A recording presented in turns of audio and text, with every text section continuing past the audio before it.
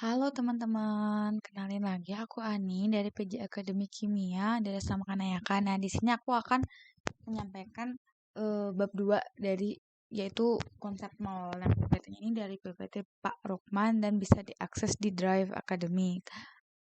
Oke, yang pertama tuh definisi mol tuh apa sih? Nah, mol tuh suatu nilai yang sama dengan jumlah atom dalam tepat 12 gram isotop 12C. Nah, berdasarkan eksperimen, 1 mol isotop 12C itu tuh 6,022 kali 10 pangkat 23 atom 12C. Nah, bilangan Avogadro tuh jumlah atom, molekul, atau partikel dalam 1 mol. Nah, berarti tuh 1 mol X tuh ya didefinisi sebagai 6,022 kali 10 pangkat 23 satuan dari X.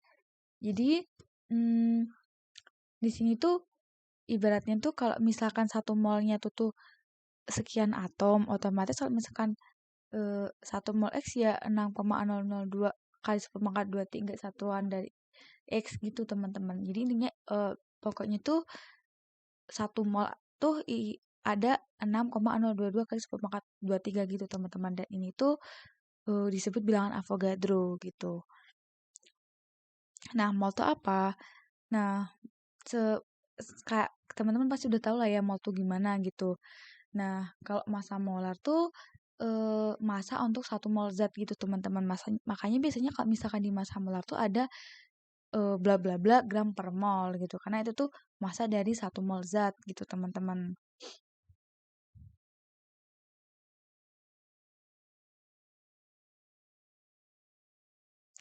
Nah, misalkan di sini tuh contohnya tuh ada massa molar atom X. Nah, sama dengan massa gram dari 6,02 kali 10 pangkat 23 atom X. Jadi misalkan 1 mol atom C itu sama dengan massa dari 6,02 kali 10 pangkat 23 atom C, yaitu 12 gram. Jadi ibaratnya kalau misalkan di sini ada 1 mol CO2, berarti itu ya massa dari 6,02 kali 10 pangkat 23 molekul CO2, yaitu 44 gram.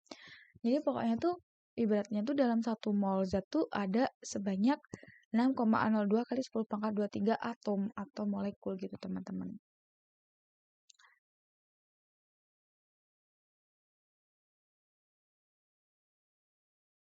Nah, kalau misalkan di sini ditanya massa satu atom, kan tadi kan massa satu, kan di sini tadi kan massa ada 1 mol. Kalau di ini berarti ditanya massa satu atom, ya otomatis 12 gram atom C per 1 mol atom C dikali 1 mol atom C per 6,022 kali 10 pangkat 23 atom C sama dengan 1,99 kali 10 pangkat 23 gram. Jadi ibaratnya tuh di sini tuh ya kita eh, gimana ya teman, kayak berapa massa eh, massa 1 molnya tuh berapa. Ini kan 12 gram kan per 1 mol. Nah, 1 molnya tuh ada berapa atom ya? Ini segini atom. Otomatis kalau misalkan kita mau cari massa 1 atom C, ya berarti 12 gram dibagi 6,022 kali 10 pangkat 23 gitu teman-teman. Nah, kalau misalkan teman-teman tuh disuruh nih menghitung, contohnya bila diperlukan 0,168 mol eh, kalsium fosfat, berapa gram zat yang harus ditimbang? Nah, diketahui kalau misalkan 1 mol tuh ada 310 kali 18 gram. Nah, itu massa yang setara dengan 0,168 mol. Ya, otomatis tinggal gini aja teman-teman. 0,168 mol dikali em, massa molarnya gitu. Jadi deh dapat 52,11 gram kalsium fosfat gitu. Ininya kayak rumus apa ya? Rumus yang biasa kita pakai gitu ya teman-teman. N tuh sama dengan massa per mr gitu. Ini kayak yang biasa kita pakai. Jadi kayak pakai ini aja gitu. Ini adalah mol sama dengan massa dibagi massa molar gitu teman-teman. Lanjut ke kalau misalkan ditanya nih, ada 85 gram perak. Berapa sih jumlah atomnya? Ya kita tinggal gini teman-teman. Ini kan ada 85 gram perak. Dan eh, sedangkan satuannya yang tadi tuh berapa partikelnya kan apa ya kayak 6,022 kali 10⁻23 per 1 mol. Ya otomatis kita jadi ini molnya dulu nih berapa. Jadi berarti dikaliin sama dibagiin sama MR-nya nih teman-teman. Jadi nih nanti tuh masanya ini dibagi MR-nya dapet tuh dalam satuan mol. Habis itu satuan molnya ini dibagi 1 mol Ag kali 6,022. Dapet deh nanti sebanyak berapa sih partikel dalam 85 gram perak gitu teman-teman. Jadi nanya kayak gini tuh main satuan gitu. Kalau misalkan yang partikelnya tuh kan beberapa 6,0 kali 10⁻23 per mol, otomatis kita harus jadiin si 85 gram peraknya tuh jadi mol dulu biar kita tahu berapa sih jumlah atomnya gitu teman-teman. Lanjut ke ini udah ada tadi sama seperti yang tadi. Nah, konversi mol ke mol.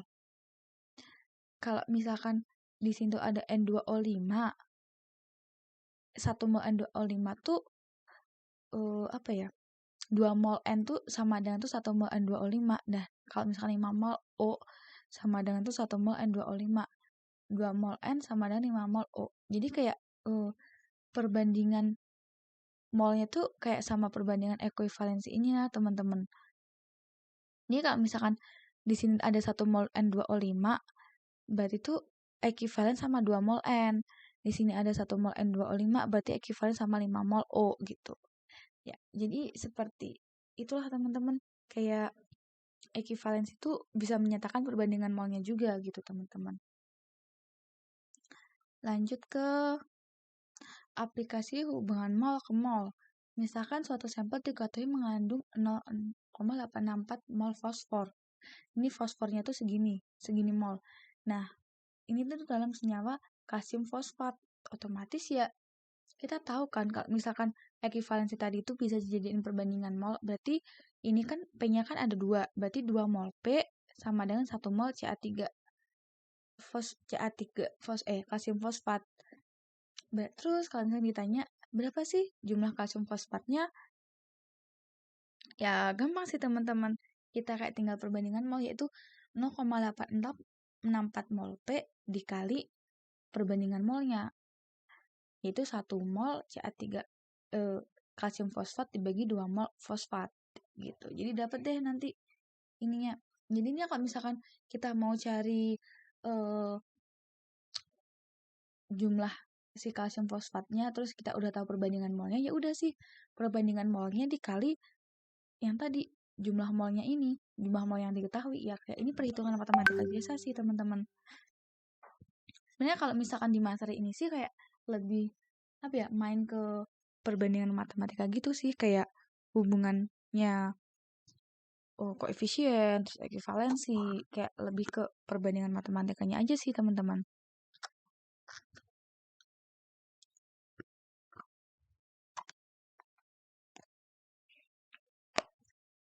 Nah, kalau misalkan di sini kan ya, biasanya kan kalau misalnya kita nge-lab gitu tuh ada gitu kayak misalkan tuh ada massa ZB. Kita tuh disuruh mencari massa ZB yang diperlukan untuk bereaksi sempurna dengan massa tertentu ZA. Nah, langkah anunya ya kita harus cari tahu massa A-nya dulu. Dari mol A nanti kita pakai perbandingan mol, dapet tuh mol B, terus habis itu kita tahu massa B.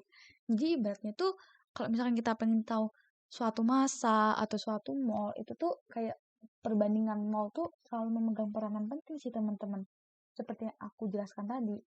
Nah, misalkan di sini tuh ada 0,0011 gram magnesium tersedia untuk sintesis klorofil di tanaman. Berapa gram karbon yang akan diperlukan untuk menghabiskan seluruh magnesium menjadi klorofil? Nah, jadi di sini kita tuh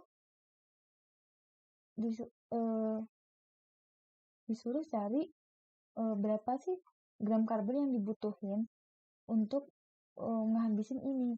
Ya udah sih, dari 0,11 gram 0,0011 gram magnesium, kita jadiin mol dulu nih. Nah, dijadiin mol dulu, habis itu jadiin mol C, habis itu jadi deh massa C. Jadi beratnya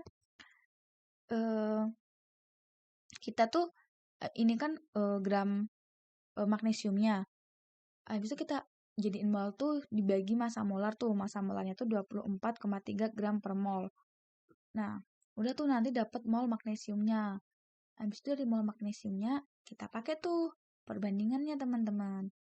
Nah, perbandingannya tadi kan si Mg-nya si C-nya tuh 55, si Mg-nya cuma 1. Ya berarti 55 per 1 kali yang tadi molnya si Mg. Udah tuh nanti dapat mol C. Buat dapat mol C, kita konversi ke massa, ya tinggal dikaliin sama massa molarnya si C. Dapat tuh massa si C-nya tuh berapa. Jadi ibaratnya kalau misalnya teman-teman bingung, kita tuh perbandingan molnya, stoikiometrinya, sama kayak kalau misalkan disuruh nulis esai gitu ya teman-teman. Kayak kalian tuh main satuan aja, biar satuannya jadi, misal satuan ini jadi ini. Kayak kalian tuh main aja kayak biar dicoret-coretnya tuh gimana gitu teman-teman. Lanjut ke persen komposisi. Nah, ini tuh persen komposisi tuh kayak apa ya? Berapa sih massa si unsur ini dalam sampel ini? Kan biasanya kan sampel kan nggak murni atau ada campuran apa gitu. Nah, kalau misalnya kita pengen tahu nih massa unsurnya ini itu berapa? Lah, berarti kita cari tahu nih massa unsur dibagi massa sampel kali 100%. Misalnya tuh kita pengen tahu nih massa kalsium di dalam kalsium fosfat tuh berapa persen. Misalkan diketahui massa kalsiumnya tuh 25 gram. Terus si massa kalsium fosfatnya 50. Ya berarti tinggal kalau misalnya kita pengen tahu berapa persennya ya tinggal 20 per 50 dikali 100 gitu. Dapat tuh nanti persen komposisinya sih kalsium di dalam kalsium fosfat gitu teman-teman. Contohnya ini nih, misalkan di sampel cairan tuh ada segini gram. Nah, di mana dalam cairannya tuh ada karbon, hidrogen, sama oksigen. Ya tinggal aja tuh massa si karbon dibagi massa totalnya tuh berapa kali 100%. Juga si H, massa si H-nya dibagi massa total kali 100% berapa, dan seterusnya.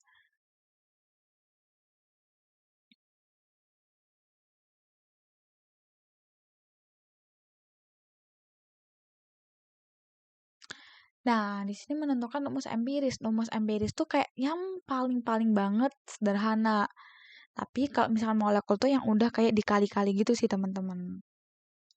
Nah, gimana sih cara menentukan rumus empiris? Yang pertama tuh kita tuh harus tentuin tuh massa dalam setiap unsurnya tuh berapa. Kayak dalam senyawa tersebut tuh massa setiap unsurnya tuh berapa gitu loh. Terus dari massa tuh ke mol. Kita konversi dari massa ke mol. Habis itu tentuin tuh mol unsur paling kecil dan gunakan untuk perhitungan perbandingan mol. Dapat deh nanti perbandingan molnya. Biar kebayang tuh seperti ini teman-teman. Misalnya nih ada 0,1156 gram sampel senyawa dianalisis. Nah, di sini tuh mengandung sekian gram C, sekian gram H, sama sekian gram N. Ya, kita konversi tuh mereka ke molnya dulu.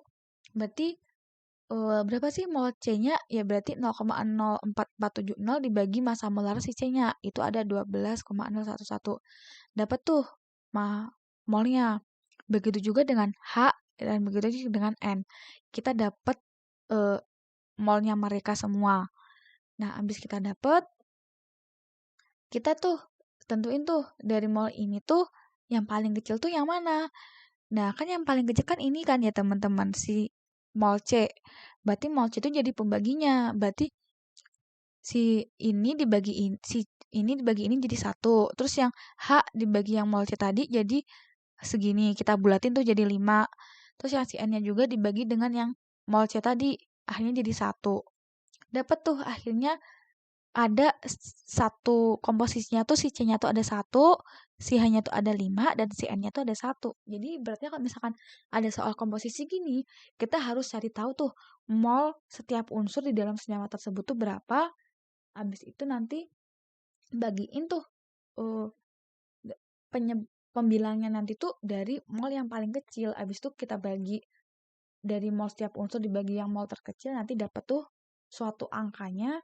Itu angkanya nanti dibulatkan jadi suatu bilangan bulat, dan itu nanti tuh si rumus empirisnya, teman-teman. Lanjut tuh ke ini, misalkan Anda tentukan rumus empiris suatu senyawa yang mengandung 43,64 sekian. Bentar ya teman-teman.